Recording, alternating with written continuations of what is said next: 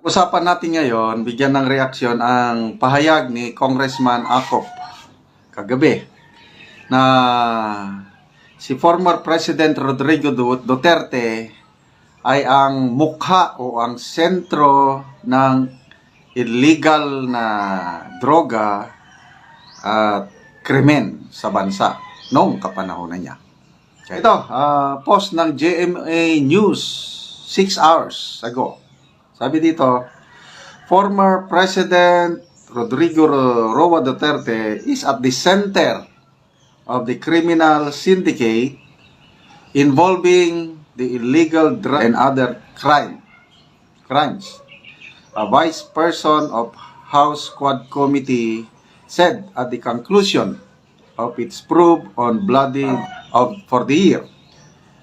GMA News Online has sought comments from Duterte camp on Quadcom's findings but has yet to respond as of posting time. Okay. So dito may article ng GMA Network. Ang title is Ex-President Duterte is the face of illegal Quadcom's Acop. Okay. So basahin natin yung article ng GMA. House Quadcom Vice Chairperson and Antipolo Representative Romeo Acop made the statement late Thursday night, kagabi, citing testimonies from resource persons during the Joint Panel's 12 Marathon hearings. So yan na, ang sinabi niya is ang sentro o ang mukha ng criminal syndicate sa Pilipinas ay si Pangulong Rodrigo Roa Duterte. Ito yung kanyang exact word, basahin ko. Ladies and gentlemen, the Quad Committee has started to uncover a grand prize.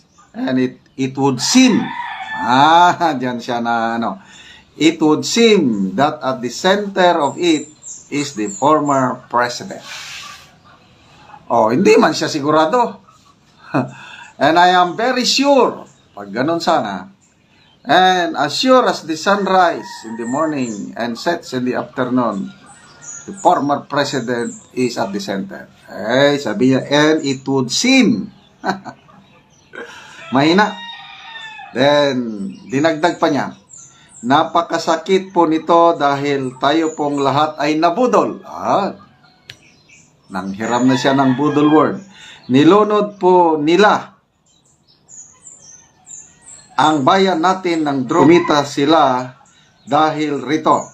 Nasaan ngayon si Colonel Asierto? Nagtatago dahil gusto siya ng ating former president. So, yung Colonel Eduardo Asierto, siya ang nag-accuse kay Pangulong Duterte of protecting Michael Yang. So, si Michael Yang daw ang talagang gumagalaw, malaking sindikato at si Pangulong Duterte ang nagpro-protect kay Michael Yang. Okay, speaking of Colonel Asierto, nagtestimonyo siya sa Quadcom. Naka-zoom, nagtatago. Tapos sinasabi na nagtatago dahil well, granting na this is true, Nagtago siya panahon ni PRRD. Ngayon, hindi naman panahon ni PRRD. Wala namang power ang Tatay Digong ngayon. Bakit hindi pa siya babalik dito? Yan ang tanong. Kung talagang babalik ka na dito, Colonel Asierto, dahil wala nang power si bakit hanggang nagtatago pa rin? Okay? So, Congressman Acop cited the testimony of, former Custom Intelligence Officer Jimmy Guban, who said that he was told, narinig lang ni Guban, that the multi-billion peso Shabu shipments seized in 2018 belong to Davao City Representative Paulo Duterte, Vice President Sara Duterte's husband Mans Carpio, and former Presidential Economic Advisor Michael Yang.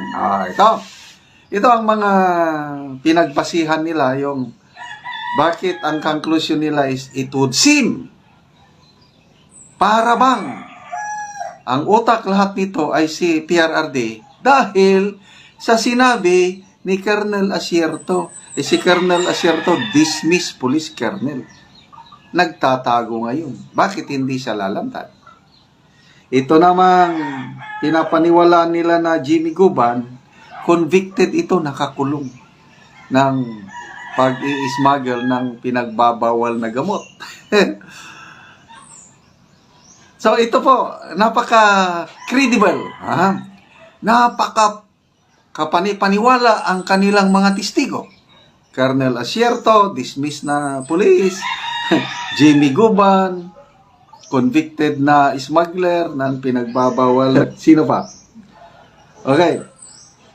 Akop also cited the accounts of retired Colonel Royena Garma, former Senator Laila de Lima, and Police Colonel Joby Espinido. And he also spoke about Arturo Las Cañas, self-confessed hitman of the Davao Beach Squad. Okay, punta tayo kay Las Cañas. Wala na yan na pati Senator Lacsonata nagtawag dito na very uncredible witness. Yan si Las Cañas. Okay, ito naman si Senator Laila, ex-Senator de Lima, na-acquit lang siya. Kaya lang, taong bayan na ang maghusga kung ano ba, may involved ba sa pinagbabawal na Senator de Lima. Wala. Okay, ito namang Garma and Espinido, ang kanilang inaano lang is reward system. Yung naman silang sinabi na involved sa illegal na. Okay. So, basahin natin ang mga comments. Ito, post ng GMA, no? Nakakatuwa. Magbasa ka sa comments. Halos more than 90% pabor na pabor kay PRRD. Sana magbasa sila sa comments. Itong si Congressman Akop, yung mga member ng Quadcom, basahin nyo yung mga comments para malaman nyo ang simpatya kasi it's a propaganda eh. It would seem, yan ang findings. So, pinapaniwalaan ba ng taong bayan? Yan ang tanong. Kasi hindi naman sila korte. So, mag-file sila ng kaso sa korte and bahala ang korte mag-find ng guilty or not guilty. But as of now, these are all in the court of public opinion. Pinapaniwalaan ba ng taong bayan itong findings ng Quadcom? Ito, basa tayo ng comments. Nads Alarba, Duterte kami forever dito sa Cebu. Nieves Enriquez, we love Duterte. Leonard Cabatino, PRRD is demand. Okay. Si Auron J. Duterte's policy on war on drugs has the highest approval among Filipinos. 88% ang approval rating sa war on drugs pag alis ni PRRD. Roque Bong Hanoy, Honorable Justice Akop, thank you for your service and you may now rest in peace with your huge talent fees. Grabe naman to si Roque Bong Hanoy. Loreto Anselmo, PRRD is the best president in Philippine history. Gio Gomez, prove it in court. Quadcom is not a court of justice. It's politically motivated move to destroy trusted person. Ricardo Iligan Sr., former President Duterte served to protect the majority of the Filipino people, not the drug addicts and the criminals. PRRD is the best president ever. Alan Cabiso, Duterte, the best president.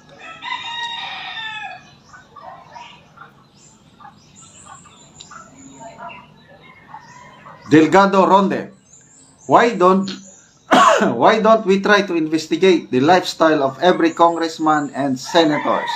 Nawala ang PIDAP, may akap na. Leo Kalungkungan, ha ha ha, Duterte is the best president ever.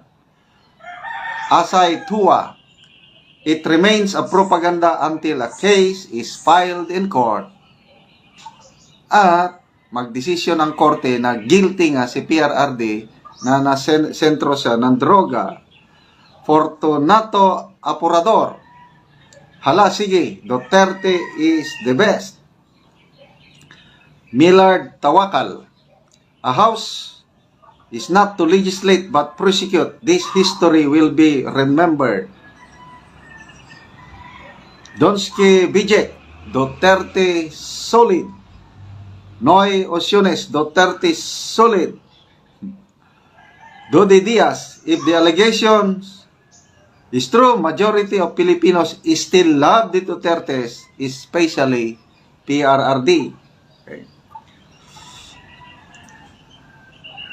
Carmelo Liba, you can make those statements, General Acop, as if your investigation is credible. Hope you will not win anymore or this country will be a sorry for all. Pedro Gonzales, los ninyo, Acop, dapat igalang ninyo si ex-president Duterte dahil siya lang ang presidente na iyang gi-eradicate o gisumpo ang drugs seriously, not like the other president. Tapos, judgment ninyo, ipakulong ninyo si Duterte, dating nakinabang sa anyway. Okay, ito, si Judith Pande. Most of the comments that I have read are in favor of ex-Duterte. It scares me that this is how people think because it only shows that a lot of people has a distorted way of thinking of what is right from wrong. Okay? So, napaka sarap magbasa ng comments. Gabriela Silang, the more you guys are hated by the people, you can put a good person down. Sara, my president comes 2028. Manuel Casado Jr., last na lang ito. Ha ha ha, it's a big yes. Prove it, Director Acop.